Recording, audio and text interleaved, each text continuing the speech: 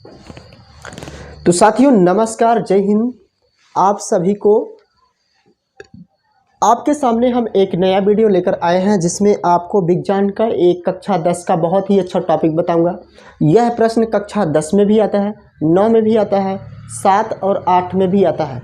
यदि आप इस प्रश्न को हमारे YouTube के माध्यम से, हमारे लेक्चर के माध्यम से सुनते हैं और पढ़ते हैं तो आपके ज़्यादा समझ में आएगा अपेक्षाकृत आपको किताबें में पढ़ने में। छात्र छात्राओं को किताबों में पढ़ने में इतना ज़्यादा समझ में नहीं आता जितना लेक्चर समझ में आता है, इसीलिए शिक्षक की ज़रूरत पड़ती है। तो आपको आज हम बताने वाले हैं धातु के बारे में। धातु पदार्थ का एक प्रकार होता है। पदार्थ कई प्रकार के होते हैं, जैसे धातु, अधातु।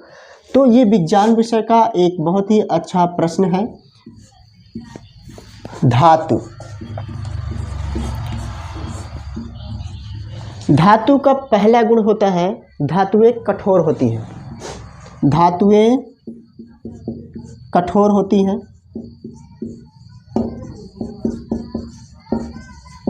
लेकिन कुछ धातुएं ऐसी होती हैं जो कठोर नहीं हैं, जैसे पारा। पारा को छोड़कर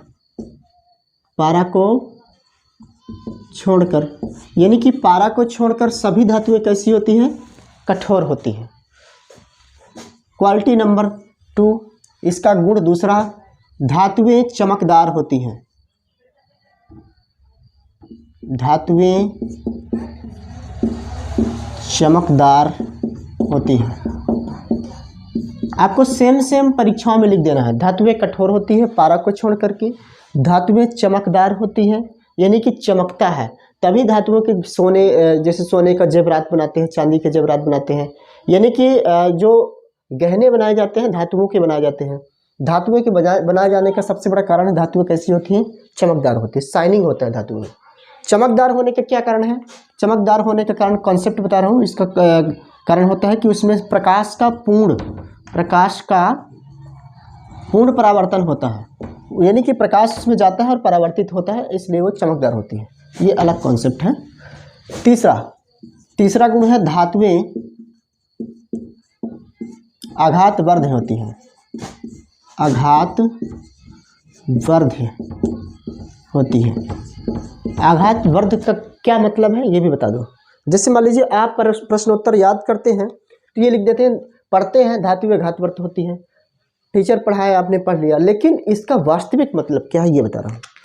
धातुएं आघातवर्ध होती हैं, इसका मतलब ये है कि यदि आप किसी धातु को पीटते हो तो वो धातु अपना आकार बदल लेती है। यदि जैसे मान लीजिए इतना बड़ा धातु है, इसको पीटेंगे तो ये अपना आकार बदलेगा, चपटा हो जाएगा, और फिर चपटा होता, जितना पीटेंगे उतना वो उसका आकार बढ़ता जाएगा। और इतना, जैसे मान लीजिए कुछ ऐसे धातु होते हैं जिनको हम पीट करके एकदम पतला से पतला बना सकते हैं, जैसे सोने की पन्नी बनती है, चांदी की पन्नी आप देखे होंगे। तो धातुएं कैसी होती है? आघातवर्ध यानी कि पीटने से वो उनका आकार बढ़ता है। जैसे सोने को पीट करके सुनार एक नया डिजाइन देता है, और लोहे को पीट करके कोई भी लोहा यदि पीटते हैं आप, गर्म करते हैं तो वो अपना आकार बदलेगा। यानी कि किसी भी चीज़ को पीटने से यदि आकार बदल रहा है तो क्या हो सकता है? धातु हो सकती है। चौथा,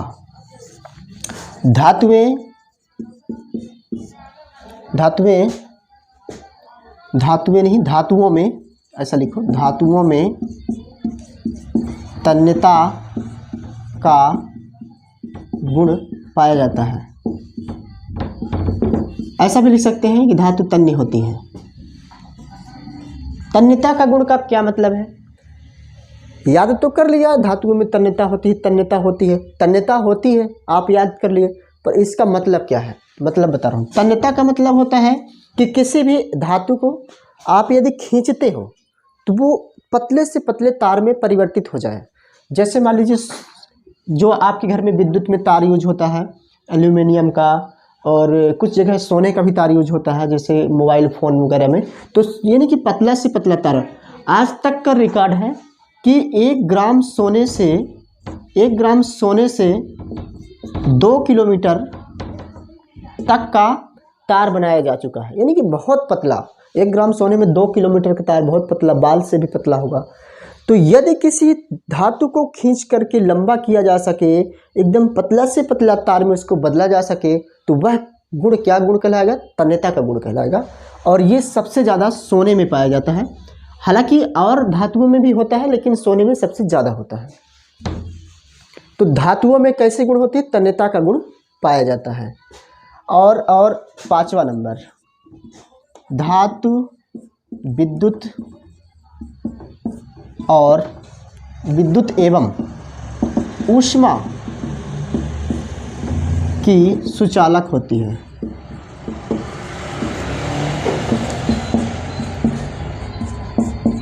धातु कैसी होती है? विद्युत और ऊष्मा की सुचालक होती है। यदि